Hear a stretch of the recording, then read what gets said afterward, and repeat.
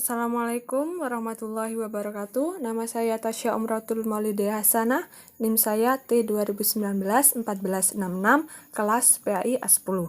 Di sini, saya akan menjelaskan mengenai hakikat materi pembelajaran PAI. Dan di sini saya bertugas untuk menjelaskan materi yang kedua, yaitu materi pendidikan agama Islam. Nah, materi pendidikan agama Islam ini memiliki beberapa pengertian. Yang pertama adalah materi merupakan alat untuk mencapai tujuan. Oleh karena itu, penentuan materi harus didasarkan pada tujuan yang direncanakan baik dari segi cakupan, tingkat kesulitan, maupun organisasinya. Dan ada pula pengertian menurut Abdul Ghafur. Materi pendidikan Islam adalah bahan-bahan pendidikan agama Islam yang berupa kegiatan, pengalaman, dan pengetahuan yang disengaja dan sistematis diberikan kepada anak didik dalam rangka mencapai tujuan pendidikan agama Islam. Dan menurut Undang-Undang Republik Indonesia Nomor 20 Tahun 2003 tentang Sistem Pendidikan Nasional dan Peraturan Pemerintahan Republik Indonesia Nomor 19 Tahun 2005 tentang Standar Nasional Pendidikan, mengamanatkan tersusunnya kurikulum pada tingkat satuan pendidikan jenjang pendidikan dasar dan menengah dengan mengacu kepada standar isi dan standar kompetensi lulusan serta berpedoman pada panduan yang disusun oleh Badan Standar Nasional Pendidikan. Nah, kurikulum ini memiliki tingkat satuan pendidikan, maksudnya yaitu kurikulum operasional yang disusun dan dilaksanakan oleh masing-masing satuan pendidikan dengan munculnya berbagai perubahan dengan sangat cepat. Dan pada hampir semua aspek dan berkembangnya paradigma baru dalam kehidupan berbangsa, bernegara, dan bermasyarakat. Di awal milenium ketiga ini telah dikembangkan kurikulum pendidikan agama Islam SMU secara nasional, yaitu kurikulum yang ditandai dengan ciri-ciri ya antara lain: yang pertama, lebih menitikberatkan pencapaian target kompetensi daripada penguasaan materi. Yang kedua, lebih mengakomodasikan keragaman kebutuhan dan sumber daya pendidikan yang tersedia. Yang ketiga, memberikan kebebasan yang lebih luas kepada pelaksana pendidikan di lapangan untuk mengembangkan dan melaksanakan program. Sekian dari saya. Materi yang selanjutnya akan dilanjutkan oleh teman saya. Assalamualaikum warahmatullahi wabarakatuh. Bismillahirrahmanirrahim. Perkenalkan, nama saya Siti Faikotul Himmah, NIM T2019-1448. Di sini saya akan menjelaskan tentang dimensi pengetahuan. Dimensi pengetahuan itu dibagi menjadi 4. Yang pertama, pengetahuan faktual. Kedua, pengetahuan konseptual. Ketiga, pengetahuan prosedural. Dan keempat, pengetahuan metakognitif. Yang pertama, pengetahuan faktual, yaitu pengetahuan yang berisikan elemen-elemen dasar yang harus diketahui siswa jika mereka akan mempelajari suatu disiplin ilmu atau penyelesaian masalah dalam disiplin ilmu tersebut.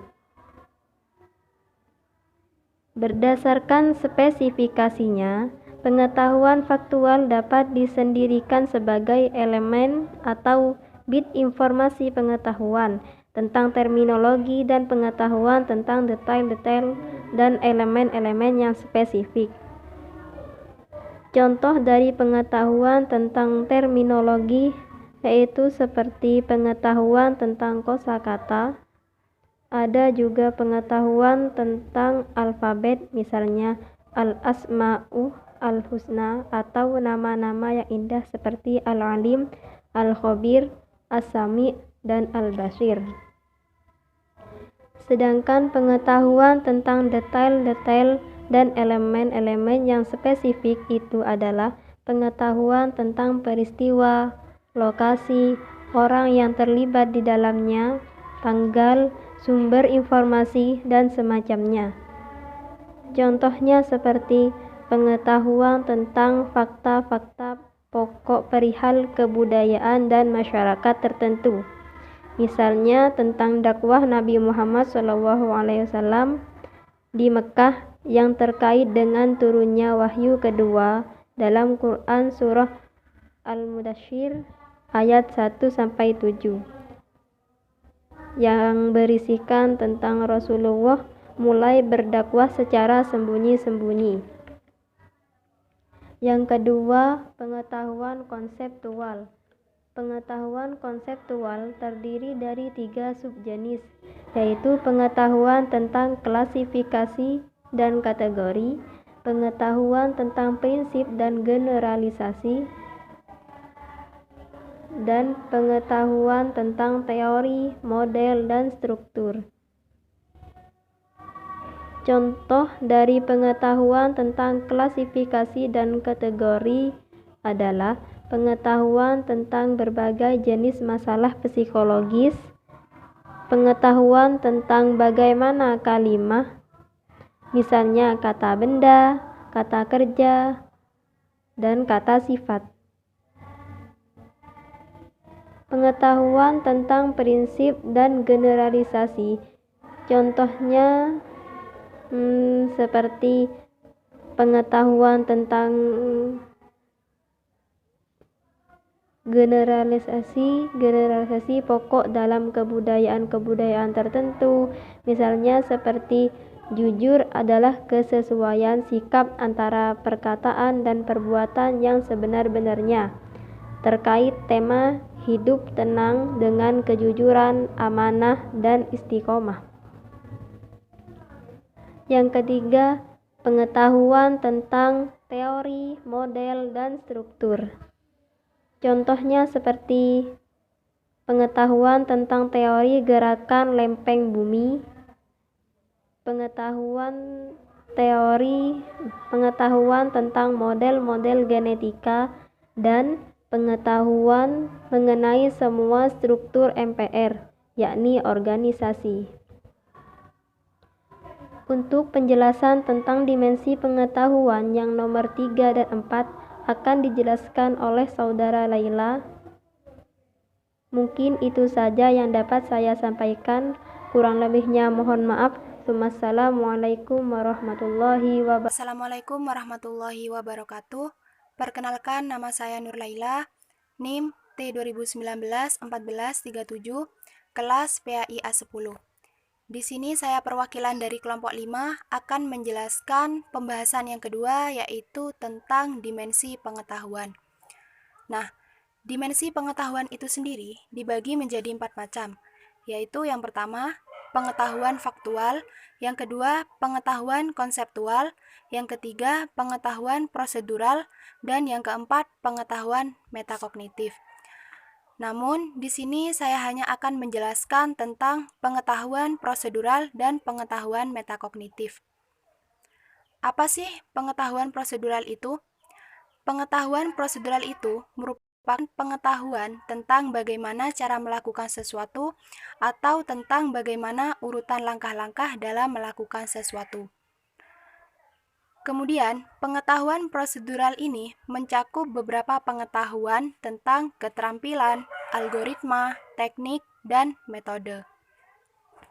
Kemudian, untuk contoh pengetahuan prosedural ini, yang pertama, pengetahuan tentang prosedur pemanfaatan panas matahari sebagai sumber tenaga. Yang kedua, prosedur tentang pendirian organisasi sosial. Yang ketiga, langkah-langkah pembuatan gambar peta. Jadi, contoh-contoh tersebut merupakan langkah-langkah atau cara kerja dalam melakukan sesuatu. Kemudian untuk yang kedua, yakni pengetahuan metakognitif. Apa sih pengetahuan metakognitif itu? Pengetahuan metakognitif itu merupakan pengetahuan tentang kognisi secara umum dan kesadaran, serta pengetahuan tentang kognisi diri sendiri. Jadi, pengetahuan metakognitif ini lebih kepada kesadaran berpikir tentang apa yang diketahui dan apa yang tidak diketahui siswa. Jadi, metakognitif ini adalah bagaimana kemampuan berpikir seorang siswa terhadap apa yang mereka miliki atau apa yang mereka ketahui. Dalam konteks pembelajaran, siswa mengetahui bagaimana untuk belajar, mengetahui kemampuan dan modalitas belajar yang dimiliki, dan mengetahui strategi belajar terbaik untuk belajar efektif. Mungkin cukup itu saja yang dapat saya sampaikan.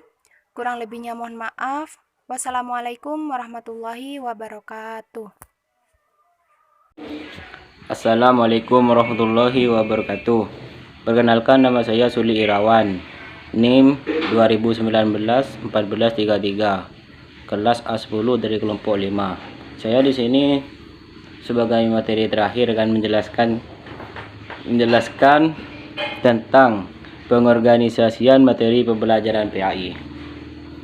Langsung saja kepada intinya, yaitu pengorganisasian materi pada hakikatnya adalah kegiatan mensiasati proses pembelajaran dengan perancangan atau rekayasa terhadap unsur-unsur instrumental melalui upaya perorganisasian yang rasional dan menyeluruh. Kronologi pengorganisasian materi pembelajaran itu mencakup tiga tahap kegiatan, yaitu 1. Perencanaan, 2. Pelaksanaan, dan 3. Penilaian. Perencanaan terdiri dari perencanaan persatuan waktu dan perencanaan persatuan bahan ajar. Perencanaan persatuan waktu terdiri dari program tahunan dan program semester atau catur bulan. Perencanaan persatuan bahan ajar dibuat berdasarkan suatu kebetulan bahan ajar yang dapat disampaikan dalam satu atau beberapa kali pertemuan. Pelaksanaan terdiri dari langkah-langkah pembelajaran di dalam atau di luar kelas melalui pendahuluan, penyajian, dan penutupan. Penilaian merupakan proses yang dilakukan terus-menerus sejak perencanaan satuan bahan ajar maupun satuan waktu. Dalam proses perencanaan ini dan pelaksanaan pembelajaran hakikatnya diikuti langkah-langkah strategis sesuai dengan prinsip didaktik antara lain: 1. Dari mudah ke sulit, 2. Dari sederhana ke kompleks, dan 3. Dari konkret ke abstrak. Sekian, terima kasih dari saya. Wassalamualaikum warahmatullahi wabarakatuh.